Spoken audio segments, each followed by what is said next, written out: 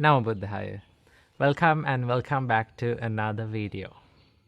We all know that it is very easy for all of us to judge someone by their character, by how they speak, by how they behave, by how they deal with problems. It is very easy to make these assumptions. But most of the times, these judgments that we make are not always the correct, right? Sometimes we think about a person as, in a way, this person is good, either good or bad. But later we realize that they are not as good as they are. They are not as bad as they look, right? So the judgments that we make are not always correct. But to deal with people, to be with people, to make relationship with people, we need to understand people. Somehow we need to have a good idea about who the person is. But it takes a very long time to understand. So today from this video, I'm going to share some valuable facts from the Buddha that was preached by the Buddha about how to make judgments, how to predict a person, how to understand the character of a person. The Buddha explained this in a sutra in Anguttara Nikaya. The Buddha says, by living together with a person, his virtue can be known, and this too only after a long time, not casually. By close attention, not without attention. By one who is wise, not by one who is stupid. Now what Buddha means by this is that if you need to understand someone's virtue, someone's life moralities, someone's ethical behaviors, you need to take a good time to understand it. You can't just look at a person and judge by their actions and how they behave, right? The Buddha says this to be known, the virtue can only be known, this too only after a long time, not casually. So what Buddha invites all of us to do is to take a good time. You deal with a person by being with that person, by living together with that person.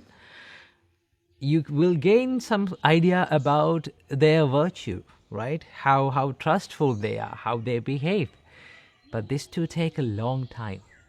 So what Buddha tells from this is to not to be panicked, to understand or to make judgments about a person. And then the Buddha says, pay close attention, not without attention, right? If you didn't pay attention to their virtues, you may not be able to understand that person.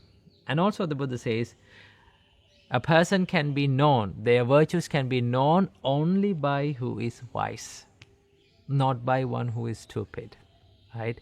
So you need to be very wise when you understand about someone's character. And also the Buddha says, by having dealings with a person,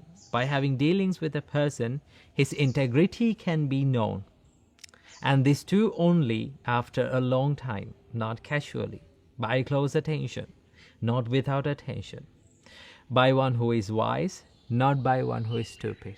So the Buddha says their integrity, right, their character, how faithful they are, or how loyal they are, right, how trustful they are, only you can understand about this after a very long time. And then the Buddha says about a special thing. The Buddha says, in misfortune or in misfortune, a person's fortitude, a person's patience can be known. And this too only after a long time, right? How to judge someone's patience? When they experience misfortune, when they are going through adversities, when they are going through difficult times in their life, only we can understand how patient they are, how much they have practiced this patience, how much courage and how much grit that they have in their life, right? But this also to what? You need to take a good time. It's not easy for all of us to understand about a person with a short period of time, right? You may think, okay, I understood the person, but it is not, right? Human minds are so much complicated and so much complex when it comes to understanding, right? It's not easy to understand. That is why the Buddha said, the difference between animals, like the other animals and humans, is that the other animals, they express their mistakes, they express their weaknesses. But humans, it is very difficult. The Buddha himself says that it is very difficult to deal with humans. It is very difficult to understand a human. Why? Because a human will always cover their weaknesses. They hide their weaknesses. So it is not easy to understand. So what Buddha means by all this sutra is that you can't judge a person by just casually. You have to take a good time. You have to be patient. You have to have a good mind of understanding to take a good idea about that person is, right? And also then the Buddha says how to judge a person's wisdom, how wise they are. The Buddha says, by conversation, a person's wisdom can be known. And this too, only after a long time, not casually. And by close attention, not without attention. By one who is wise, and not by one who is stupid, right? So to understand someone's wisdom, to understand how wise they are, you have to have a good conversation, deep conversations about life. And also, you have to take a good time to understand their wisdom, okay? Because sometimes the people who appear to be wise, people who appear to be good, are not always as good as they look, right? So I hope you got some idea about how to judge and how to understand a person's character. So I would like to end this video with a wonderful quote by Mrs. Dow Santamata. In her quote, she says, "It is easy to judge. It is more difficult to understand. Understanding requires compassion, patience, and a willingness to believe that good hearts sometimes choose poor methods. Through judging, we separate. Through understanding, we grow." So I would like to invite all of you to not to be too quick to judge someone, and do not judge a book by its cover. So take a good time to understand about people. Take care. Namo Buddhaya. How do I become a Buddhist? And how I convert to Buddhism? This is an FAQ that most of the Buddhist monks being asked by people, They ask like, how can I become an officially Buddhist, How can I convert to Buddhism?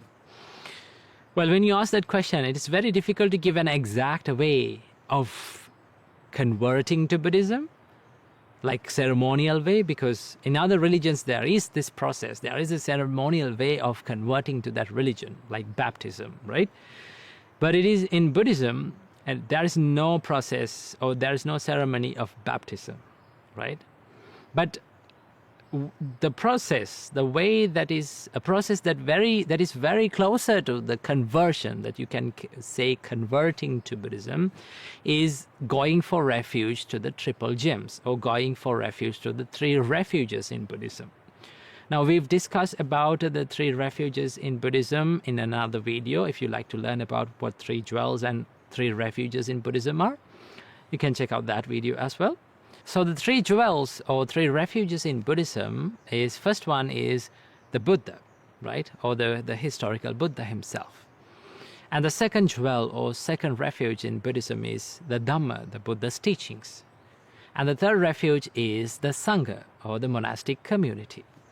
So if you follow the Buddhist path, one must take refuge in these 3 refuges, right? Buddha, Dhamma, and Sangha. Buddha and Buddha's teachings and the monastic community. Now, why we go refuge to the Buddha? There's a reason behind it. We go for refuge to the Buddha considering him as our inspiration, right? We always look up to his life, way of life, right?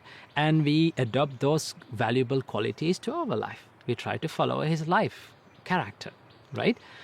Although we can't follow it for the perfection, we must try to do that. We must learn from his life, right? So as the inspiration, as the role model of our spiritual path, spiritual practice, we go refuge to the Buddha. That is the purpose behind going refuge to the Buddha. And the second, the Dhamma, the Buddha's teachings, why we go for refuge to the Buddha's Dhamma or Buddha's teachings is because it provides the framework for the spiritual practice, right? It provides this framework to us to follow the path.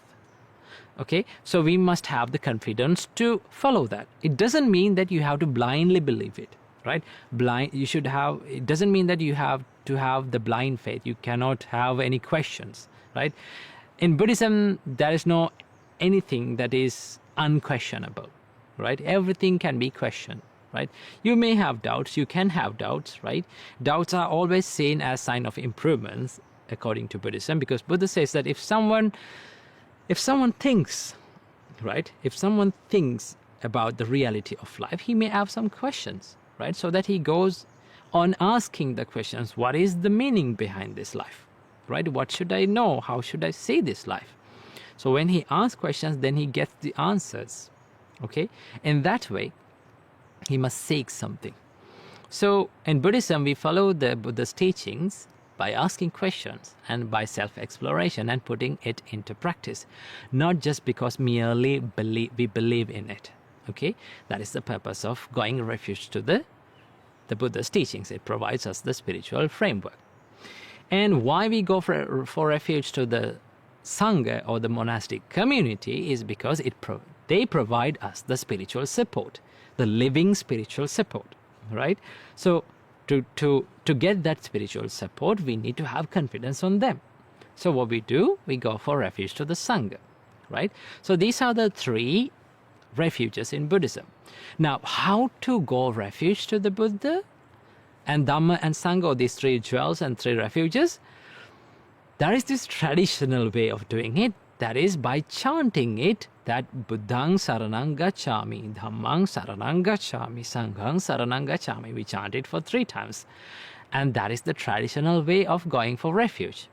You can closely say that this is the way of converting to Buddhism. But here's the thing. Just because you said it, or just because you chanted that Buddhang Saranang Gacchami, I go for refuge to the Buddha, I go for refuge to the Dhamma, I go for refuge to the Sangha, the monastic community, doesn't mean you actually become a Buddhist, right? Because all these refuges follows and it provides a purpose. We need something to do in it. So what we need to do is we need to follow the path, follow the practice, follow the Buddha's advice, right? If you're following the Buddha's advice and if you're putting it into practice, okay, if you're practicing it within you, then you can call yourself as a Buddhist. But understand, the term Buddhist did not exist in the Buddha's time, right? One of the closest words that we can find that is we can call to as a Buddhist is an ancient word is Buddha Savaka, which gives the meaning of listeners of the Buddha or followers of the Buddha, right? So to become a follower of the Buddha, you can't just merely chant it and just it becomes okay. It doesn't happen like that. Okay, what do you have to do? If you are a follower, you must follow it. You must practice it, right? And confidence in Buddhism or faith in Buddhism always seen like a questionable way of understanding, right? Explore it by yourself, see it for yourself, find it for yourself, and then take it into yourself. Okay, so that is the way to become a Buddhist in the true Buddhist, right?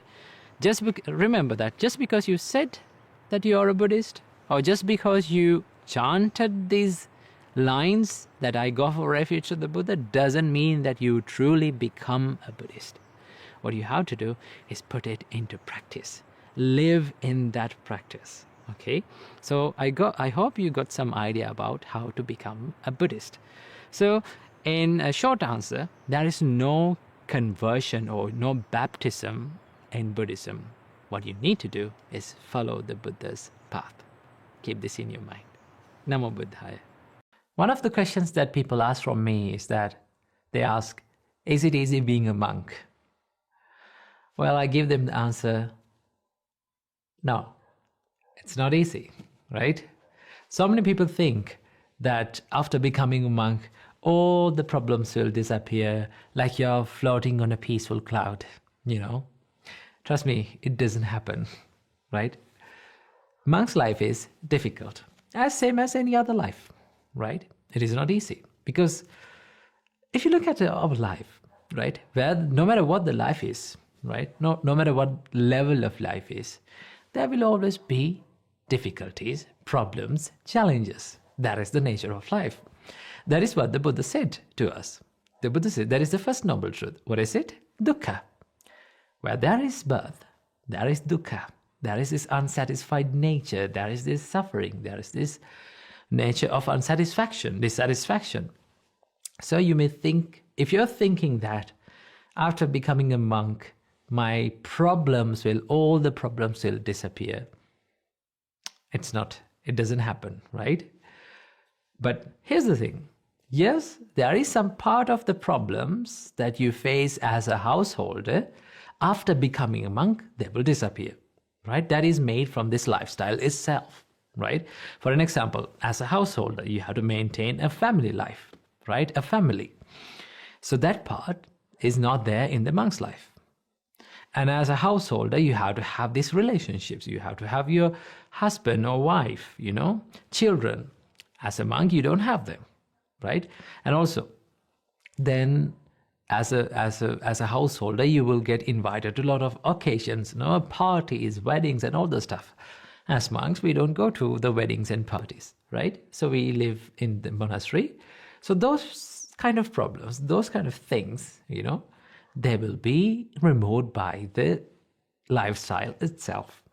But that doesn't mean the lifestyle becomes this monk's life is easier. Because we also have some other duties to do, right? We have also other responsibilities to do.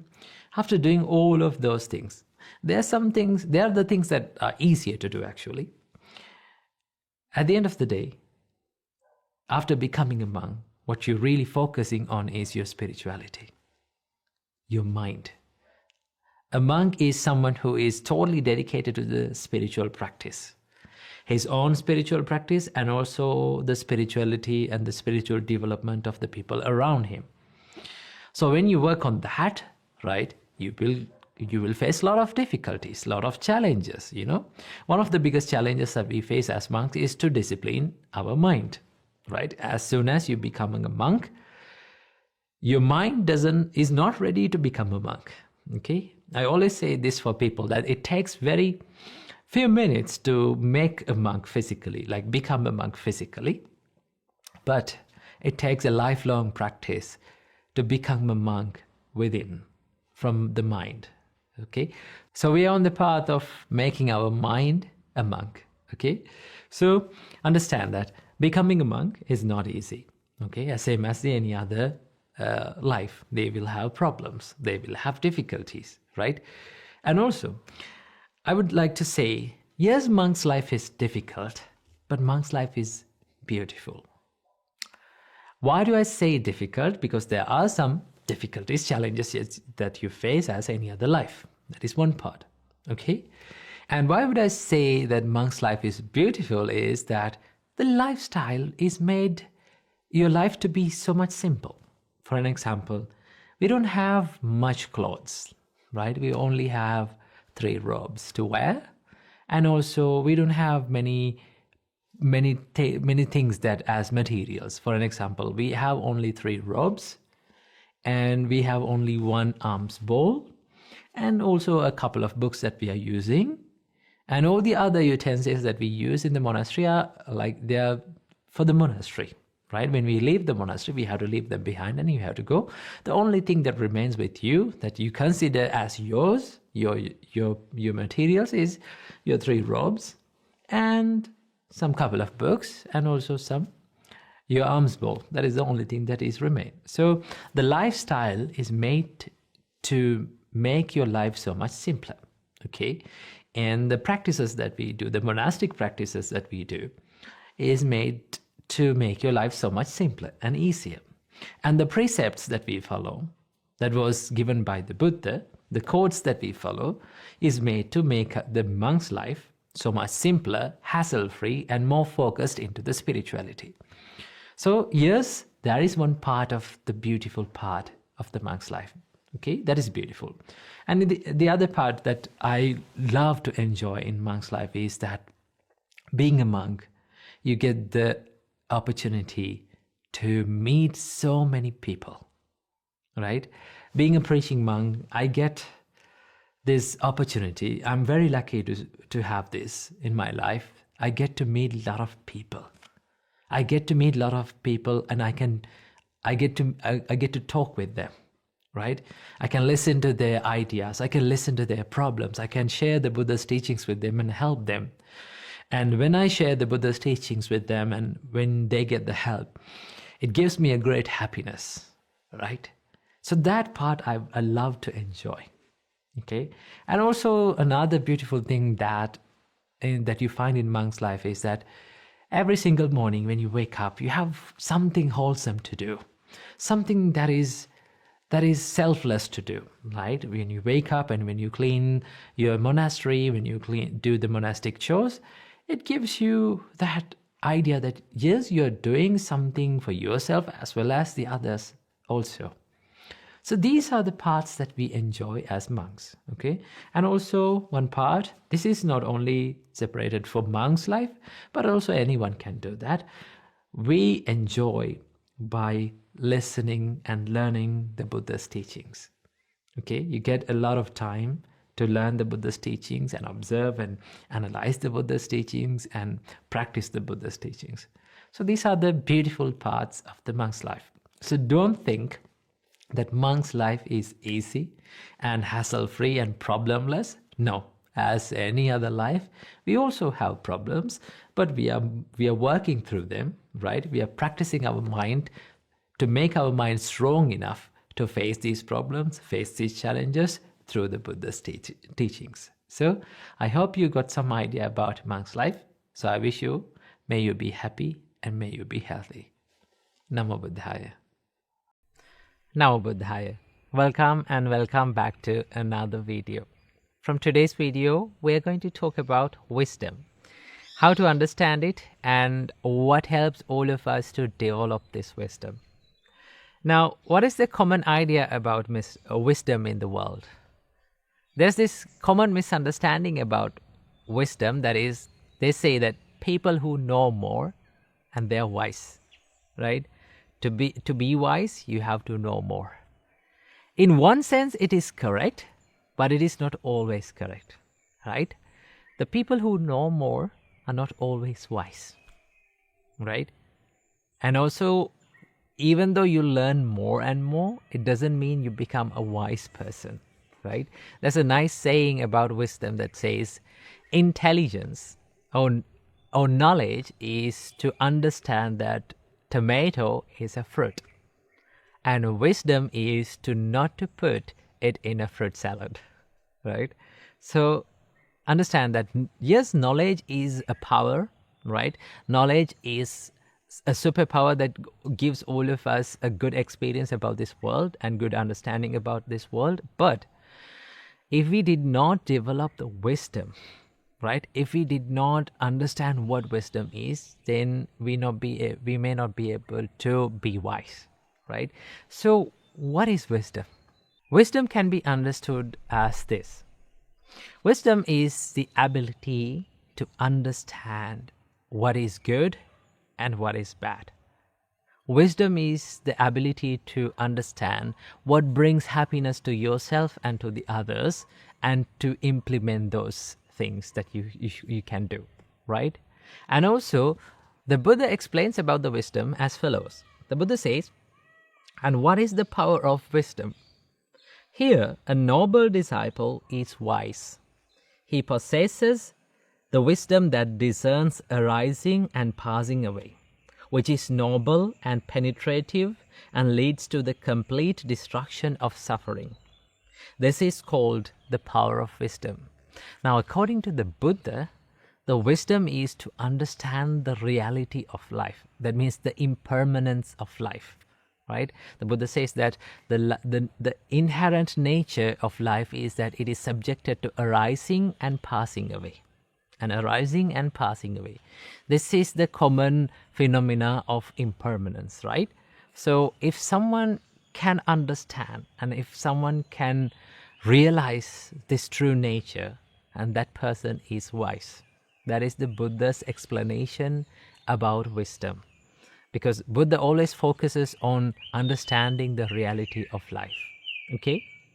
So Buddha explains what are the things that helps all of us to develop this wisdom, how to be a wiser person. These are the things that Buddha taught us to be a wiser person. You should implement these. You have to associate these things to be wise. So the Buddha explains these 4 things that helps us to develop wisdom. The first thing is, the Buddha says, association with superior persons will help you to develop the wisdom. That means the people who we associate is really crucial, it's really important when it comes to development of the wisdom, right? There's a wonderful saying that says, who you are is the average of 5 people who you closely associate, right? Take a look at the people who you closely associate, right? Our 5 people. So who you are is the average of those 5 people.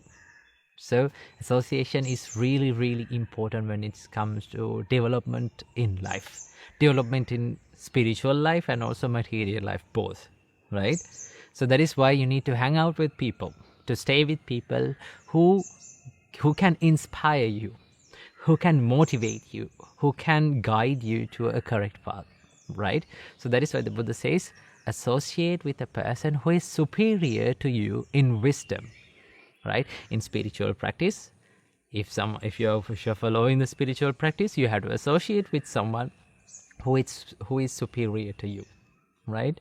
So the Buddha says, always try to be with someone who has higher qualities than you, or someone who has equal qualities to you. But never be with people, never associate with people who has lower qualities than you, right? So that is why the Buddha said, to develop the wisdom, you need to have a good companionship. You need to have a good association with people, right? And the second thing that Buddha explains that helps all of us to develop wisdom is hearing the good Dhamma, right? Hearing about the reality of life, listening to the reality of life.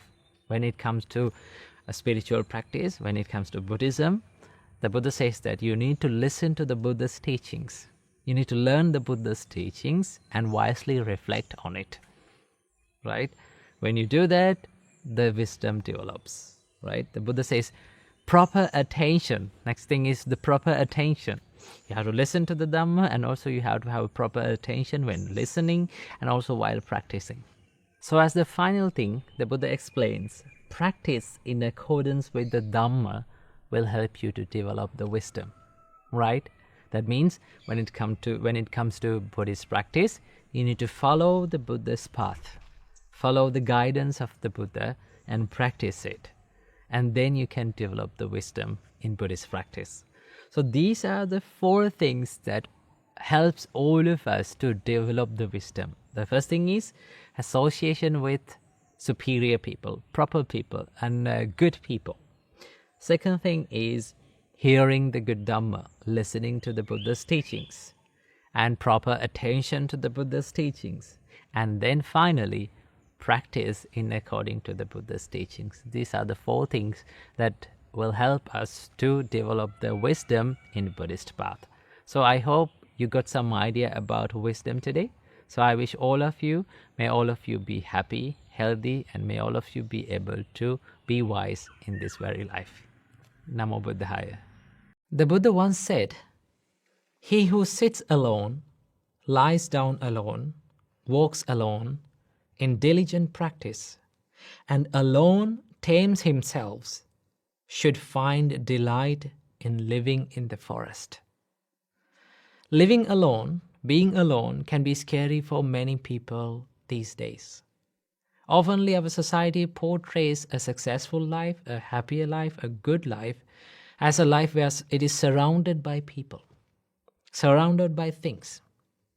But there's a reason why almost all the spiritual practices, almost all the spiritual pathways praise and promote this living alone, life in the place of a solitude practice, a solitude life. And that is why almost all the religious leaders had to solitude themselves from these hassles and bustles of this society and go to these quiet places and find the liberation and find what they were looking for. Same went with the Supreme Buddha. Before he became the Buddha, he was a prince. He was living in a palace. He was indulging himself with this sensual pleasure. And then he understood, indulging in this sensual pleasure doesn't help me to find what I'm looking for. So what he did was he left the palace and he went from one forest to another, meditating, finding this peace, this ultimate peace, right? So living alone can be a blessing. It is a blessing when it is converted to a blessing, right? But living alone can be a curse as well for many people. That is why people most of the time they are scary. They're afraid of living alone, right? Most of the time people come to me and say, I'm lonely, I'm living alone, I'm living by myself, but I feel so much lonely, so much negative thoughts coming into my mind. What should I do? That is what happens when you turn this loneliness into a curse. Trust me, it all depends on how you think and how you use this time. I will tell you a story. Prince Siddhartha, the Buddha, left the palace and he went to a forest. Although he went to a forest, there were 5 monks who was waiting for him to come to the forest. There were 5 monks who were helping Prince Siddhartha, the Buddha, with the meditation before his awakening. And then these 5 monks had this idea that only way to find the liberation is by giving this tortures and doing these hard meditations and harsh meditations and extreme meditations. So we call it Atta Kilamatthana Yoga, which we can translate into English as self-mortification, right? Now, Prince Siddhartha left one extreme when he left the palace. That extreme is, the Buddha described this as the extreme of sensual pleasures, indulging in the sensual pleasures. That was one extreme. And then Prince Siddhartha came to the other extreme where he practiced this self-mortification, giving these extreme and harsh meditations to the body. And then those 5 monks, they believed that this is the only way for the liberation. So Prince Siddhartha was practicing these meditations for 6 years. And finally he understood, this extreme, being in this extreme, doesn't help me either. So then he found the middle path, the middle way. And that is to live a spiritual life by balancing his material and spiritual life both, right? And that is why after that decision, he decided to take some food to his body. After a long time he had taken some food to his body, he grabbed his alms bowl and went on begging alms and find some food and had it. Now all those 5 monks had a lot of expectations on Prince Siddhartha. And then they saw this incident. And then they became disappointed. They said, oh, what a disappointment. We believed him. We had a lot of expectations on him. But look what now happened. He's taking food. Maybe soon he will go back to his palace and he will live a normal life again. So the best decision is to leave him. So what happened? All these 5 monks left Prince Siddhartha. And after this alms round, he came back to the forest and he saw everyone had left. No one was there. Prince Siddhartha was alone. Then he found this perfect environment, perfect place to be focused more into himself. Because he was all alone, right? He got the opportunity to be by himself, right? Focus more into himself. And one day, he sat under the Bodhi tree and he became awakened. He became enlightened, right? So this solitude, when it is turned to, when it is used in the correct way, it can be a blessing for you, right? And the same solitude can be turned into a curse as well, right? Most of the people, they complain me about the loneliness. I always say to them, when you're lonely, your thought process generate a certain energy within you, right? And that can be negative. Now, let's say you are in this negative energy environment and a negative energy thought process. You all know in science we learn about, according to science, it says that energy cannot be produced or destroyed. Now you have your energy within you, but it is negative, right? Now you can't destroy this negative energy, right? What we are trying in this whole life is to destroy this negative energy. Well, we can't do that. The only thing that we can do is to convert this negative energy, drive this negative energy to something positive, right? So how can we drive this loneliness, this energy to something positive? One of the biggest reasons why people feel lonely is because they lack an aim, a goal to their life. If they have a goal and aim that they should work on, if they have a system that they should work on, then they don't feel that much lonely because they have something to do. They have something to engage with it, right? So this can go either, people can have either material goals or spiritual goals, but everyone must have these spiritual goals within themselves, no matter what life they are coming from, right? Because finally, there will be a time in all of our lives that we come to this lonely place. One day we have to be by ourselves with no one else around us, right? At that time, if we don't have any quality, any spiritual quality that we have practiced within us, we'll start feeling lonely again and again. And it will start to build up this negative energy within us, okay? And sometimes we can be too late for that to make it correct. So the best thing is to learn how to convert this negative energy to something positive, right? To do that, you have to have a goal and an aim for yourself, to yourself. Always ask from yourself, what should I do in my life? Who should I become in my life? What should I build up? What qualities should I work on in my life? If you found, we will always find some qualities that we should work on, right? Some mistakes that we have, some weaknesses within us. If we can work on those weaknesses and make it correct, that time will help you to be more successful, more productive, right? More happy and a more peaceful person. But to do that, what do you need? You need time, right? You need time to be focused on yourself. And what gives you the best time to be focused on yourself is the time when you are all alone, right?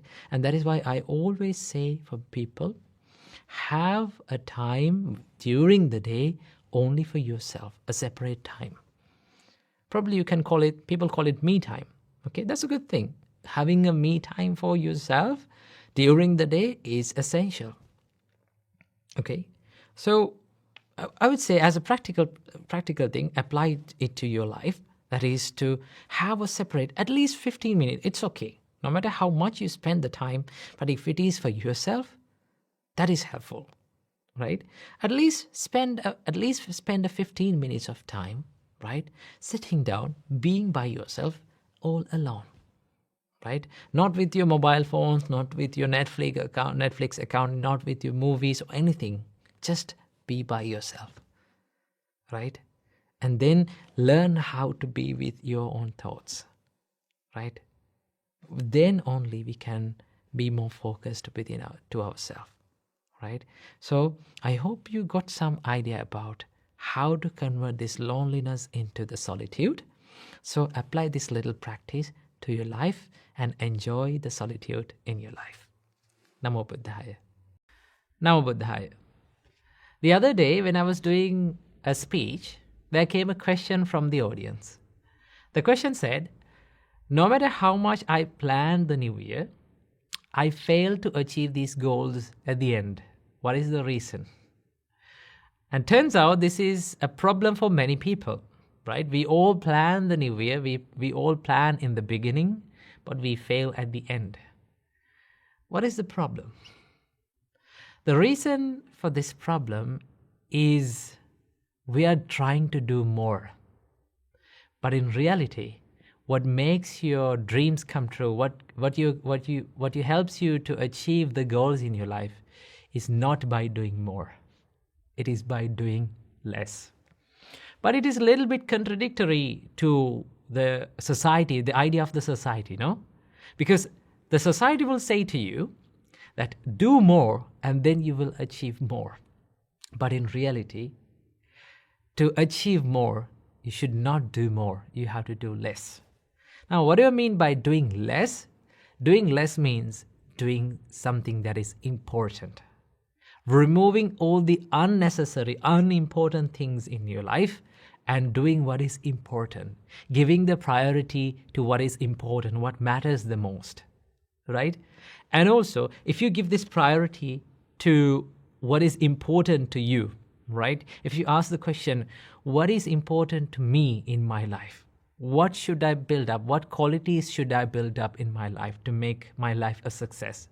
And now you focus on that quality, the important task, important goal, and you keep doing it, right? The reason why we fail to achieve the important things in life, because our important goals, our main goals, our crucial goals are covered with these unimportant things, unimportant achievements in life, which does not help us in the long run, okay?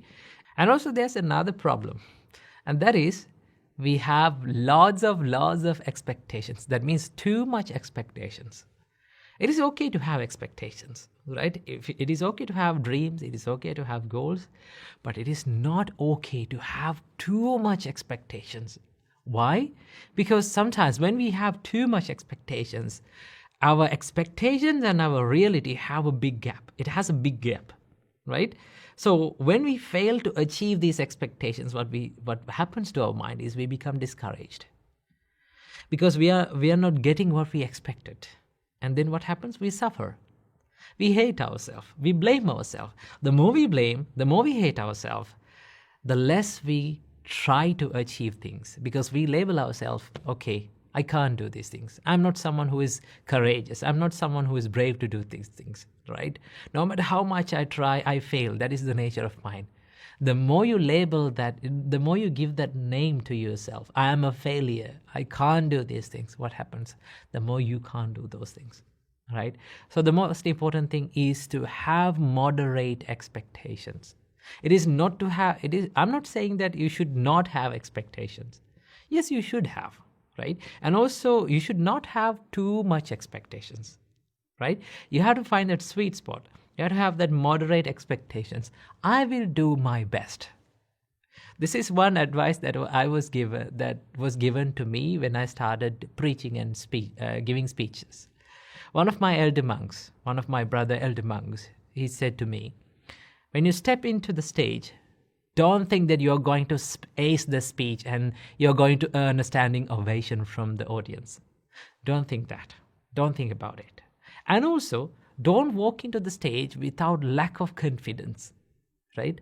You have to have a confidence that is moderate, right? You have to have a confidence that is moderate where you think yourself, I will do my best, right? I come to this stage, I step into this stage to share something valuable from the Buddha's teachings, and I will do my best to share it. It is when you have that moderate expectations, what happens? Although you fail at some points, right? You know that you will fail. You have accepted that, yes, you are imperfect. You will fail in life, right? And that failure The pain from that failure is less painful than when we have the high expectations. So the most important thing is to have moderate expectations. And one of the most important qualities that we need to have in our mind to achieve the goals and the dreams in our life is to focus on little changes in life, not the big changes. Most of the time people ask, like, how can I change my life in a bigger way? How can I make big changes in my life? To make big changes in your life, start from making little changes. That is what helps you that is what makes you the bigger changes in life, right? For an example, like, let's say you're in a stressful condition, right? You're stressed and you're worried about things, and you feel like you're going through like a dark hole. What can you do? You try to solve the problem, right? You try to solve the bigger problem. But the reason for that bigger problem is not always the immediate reason. The reason for a big problem is not always the immediate reason. It is a series of problems, series of changes that had happened throughout our life, and it made that big change, big problem. So what do you have to do? Go into the roots of the problem. What made it change? What went wrong? And when you find that smallest mistake that made it wrong, you have to correct that. You have to make that correct and work upward, right? Let's say you feel a little bit stressed or anxious, or you feel that negative energy around you. What can you do to stop this? First, stand up, and then you can clean your surrounding, right? By cleaning the surrounding, it adds some sort of a positive energy around you. And after that, you can meditate a little bit. Clean yourself, clean your body a little bit, clean your clothes, right? Clean your surroundings. That positive energy will make a little bit of positive change in your life. And that positive change will lead you to make big changes, big positive changes in life, right? So one of the most important things is to focus on little changes, right? That is why in Dhammapada, the Buddha says, by degrees, little by little, from moment to moment, a wise man removes his own impurities, as a smith removes dross of silver or gold. Now, when a silversmith or a goldsmith, when he cleans the silver, or like a block of silver or gold, he or she can't do it easily, right? It takes a big time, right? It takes a huge time to clean this block of gold, right? In the same way, little by little, you have to improve little by little, right? So that is why I found this wonderful quote that I read recently. It says, learn a little bit, apply a little bit, improve a little bit every single day. Isn't that wonderful? Learn a little bit, apply a little bit, improve a little bit every single day. That is what we have to do. So I invite all of you to learn a little bit and apply a little bit and improve a little bit and change a little bit in this new year. So I wish you all, may all of you be happy and healthy. Namo Buddhaya. Namo Buddhaya. In almost every religion, faith plays a greater role. But is it the same in Buddhism? So from this video, I want to show you the role of faith in Buddhism. Let's find out. So the Google definition of the word faith is shown like this. Faith: strong belief in the doctrines of a religion based on spiritual conviction rather than proof. Now, one might think, oh, Buddhism is not a religion, it is a philosophy. So there is no faith involved in it. But the truth is, yes, there is a role of faith in Buddhism. And in fact, it is one of the most important virtues that a practitioner must possess while practicing Buddhism. But the faith in Buddhism is fundamentally different from the official definition of this word. Now, the word that is given for the faith in Buddhism is called saddha in Pali language, or shraddha in Sanskrit language. Now, take a look at how Buddha defines Shraddha. The Buddha says, and what bhikkhus is the power of faith, or Saddha. Here, a noble disciple is endowed with faith. He places faith in the enlightenment of the Tathagata. Now, note that Tathagata is a word that was used to call the Buddha. The Blessed One is an Arahant, perfectly enlightened, accomplished in true knowledge and conduct, fortunate, knower of the world, unsurpassed, trainer of persons to be tamed, teacher of devas and humans, the enlightened one, the Blessed One. This is called the power of faith. Now, this is the definition of Saddha or Shraddha, or confidence or faith in Buddhism. So it is about placing one's trust upon the enlightenment and the realization of the Buddha. And it is to say, yes, the Buddha developed his mind and found the path of liberation from suffering. But what Buddha teaches us that is that you should not get stuck in mere blind faith. What Buddha teaches us that your faith must go beyond the blind faith and should be an experiential faith. The blind faith is in Buddhism is called amolika shraddha. Amolika, the word amolika gives the meaning of rootless. There is no root. That means there is no root for your faith. You mere blindly believing in something. That is called amolika shraddha. And the faith that is praised by the Buddha is called akaravati shraddha. Akaravati shraddha is a confidence that is based upon practice and self-exploration and realization. Now, when it comes to faith, people believe in things in 5 ways. The Buddha teaches us that the people believe or people have saddha upon something in 5 ways. What are these 5 ways? The first one is called saddha. That means just mere believing. Sometimes people believe just because they are born into that idea, born into the families that hold that idea or that religion. So that is mere believing. That is called saddha. And the second one is called ruchi. Ruchi means people believe in things because they like it, right? Sometimes you like certain ideas, so you just believe it. Second one is called anusava. Anusava is that you believe in something just because someone said it so. And the fourth one is akara parivitaka. It means logical thinking. People believe in things because it is logical. They don't put it into practice, but as it is, just because it is logical, they believe in it.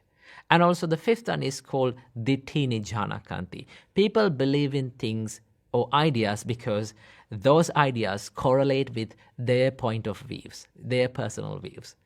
So what Buddha teaches us that is that your faith, your confidence, your shraddha must go beyond these 5. That means you should put it into practice, you should experience it, you should explore it and have the confidence upon it. It is something like this. Let's say you and I are in the darkness, a darker place, right? But you and I are far away. Now, right in front of me, there is, let's assume there is a statue right in front of me, right? But I can't see it, you can't see it, because we are in the darkness. All of a sudden, a lightning occurs, right? A lightning occurs and the whole area lights up. And within this split second, I get the chance to see the statue. But after this split second, we are totally immersed in the darkness. But now you didn't see the statue, you were far away, but I saw the statue. Let's say you're coming near me and I say to you that there is a statue in front of me, right? In front of us, there is a statue. It is like this, it is like that. Now, how I believe and how I hold the view about the statue is because I experienced it. I saw it, right? And how the other person believe in that idea is just because the other person said it so, right? If you believe in that person, then you will believe it, right? So in the same way, the Buddhist the Buddhist faith must be an experiential, a practical experience that you experience through practice, putting it into practice. And that is how the Buddha defines Shraddha. So we need to understand that faith in Buddhism should be developed through practice and understanding and realization. Just take a look at this verse from the Buddha. The Buddha says to the Kasi Bharadwaja, the Buddha says, faith is the seed, austerity is the rain, wisdom is my yoke and plow, moral shame is the pole, mind the yoke strap, mindfulness my plowshare and God. Now Buddha similarized this faith to a seed. It's like planting a seed on a ground. Now the faith is the seed, but what makes the ground a better ground for the seed to be planted is the austerity, the practice that we do, the wisdom, the moral shame, mind, and mindfulness. All of these are the virtues, the qualities that make the ground for a better confidence, better faith. So faith must be put into practice. Faith should be developed through practice, right? So understand that Buddhist idea about faith is more of an experiential faith, right? And it is more of a practical faith, that you are allowed to ask questions, right? You are allowed to remove your doubts. You are allowed to explore. And also, you should believe in something by putting those ideas into practice and realizing it. Not just because that someone said it so, or not just because that you like that idea. So what Buddha teaches us, that if someone gives you an idea, that you need to thoroughly put it into wise reflection and meditate on it, find it, explore it, and understand. And then only you should believe in it. So, therefore, understand that faith in Buddhism goes beyond mere believing to the experiential confidence.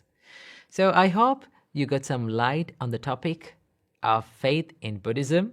So, I invite all of you to practice this path, learn the Buddha's teachings, practice mindfulness, and most importantly, let your heart guide you to the truths deeply resonates. Namo Buddhaya.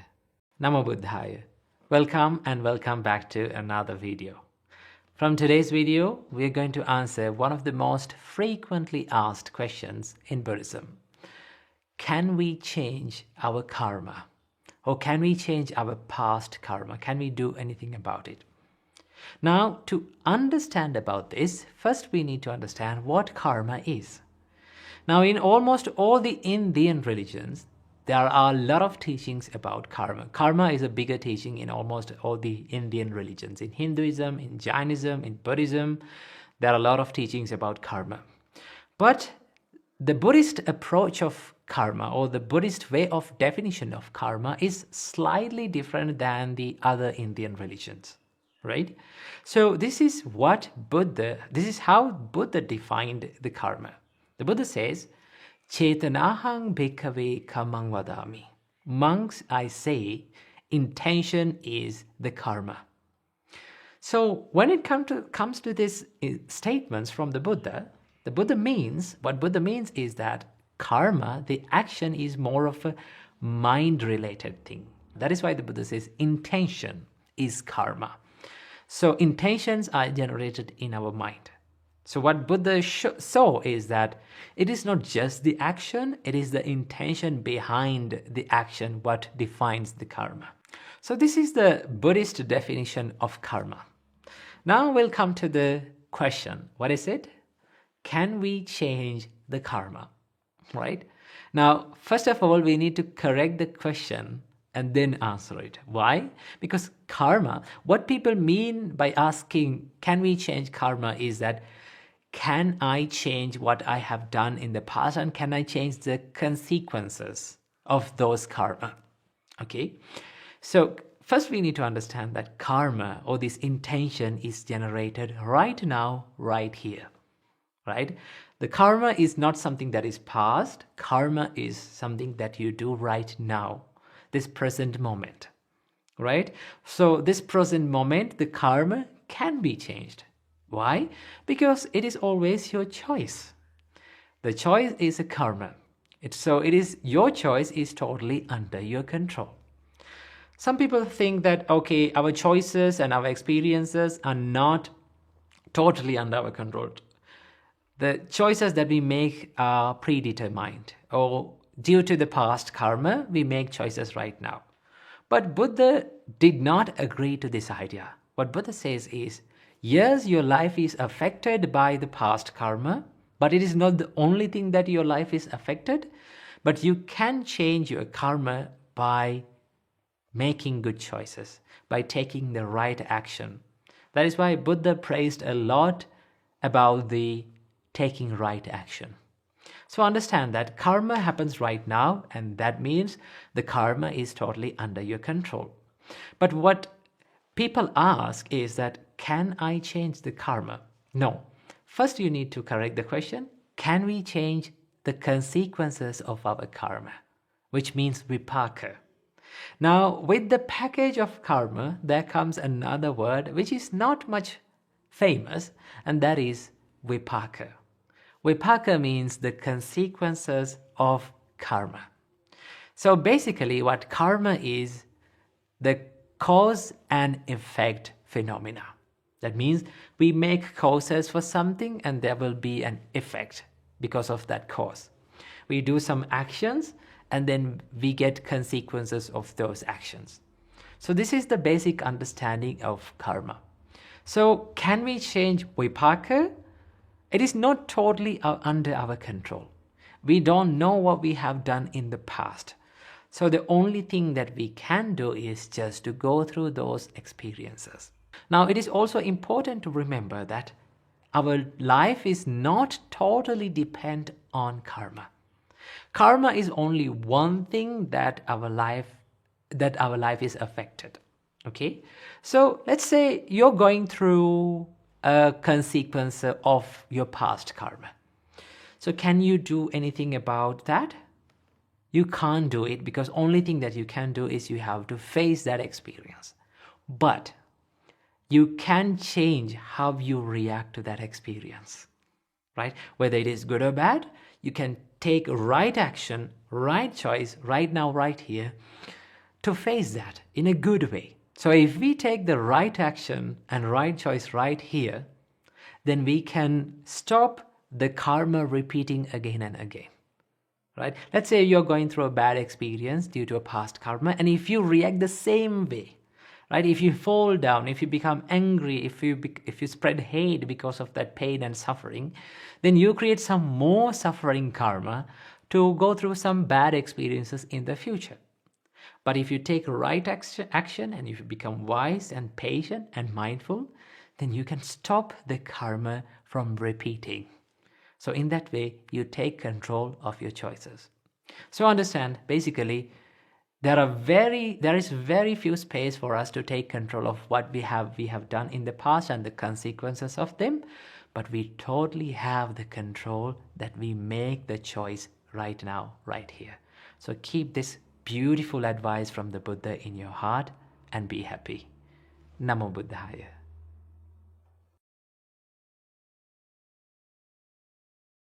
Namo Buddhaya. Welcome and welcome back to another video. Couple of weeks ago, we posted this video right here about self-love. Let's take a look at it first.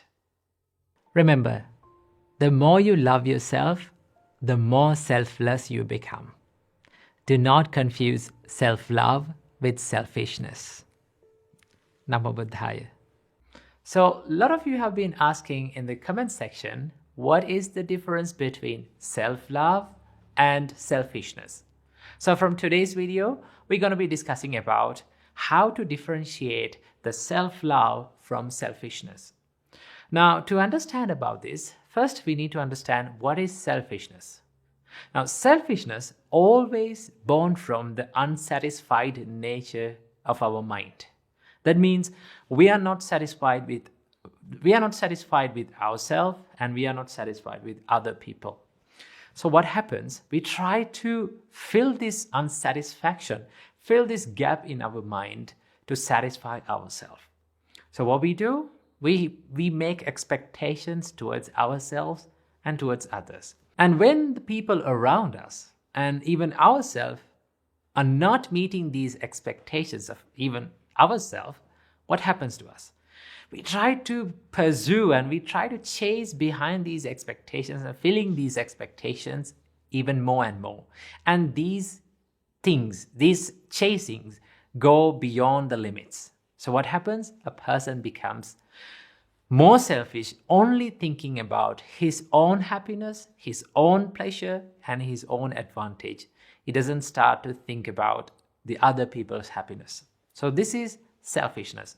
So we need to understand that selfishness is always born from unsatisfied nature of our mind. But in the other hand, self-love is always born from compassion, understanding, and acceptance. Now, when you understand who you are, and when you accept who you are, then you become more compassionate towards yourself. Then you know who you are and what you can do. Starting from that, you start to develop yourself more and more. You give a good time to heal, you give a good time to develop your inner qualities, and you become more patient toward yourself. And also, when you develop the patience, you become more patient towards other people. You all know that not every person around you can live up to 100% expectations of yourself. So we need to understand that. When you understand this, the nature of yourself and the nature of other people, then you become more compassionate. And then you become more selfless. You become more generous because you know how it feels like to go through sufferings. You also know how it feels like to go through painful periods in time. So when you do that, when you develop that patience and compassion, you become more self-loving person.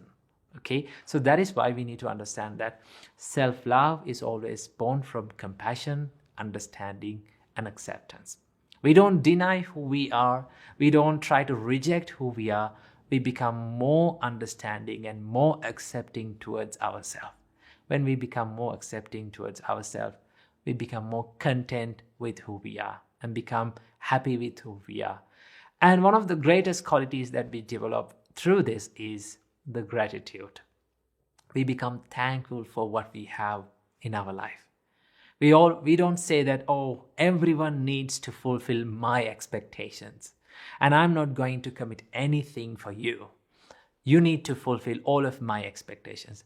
Those emotions won't happen when you become more self-loving person. So understand the difference between the self-love and selfishness.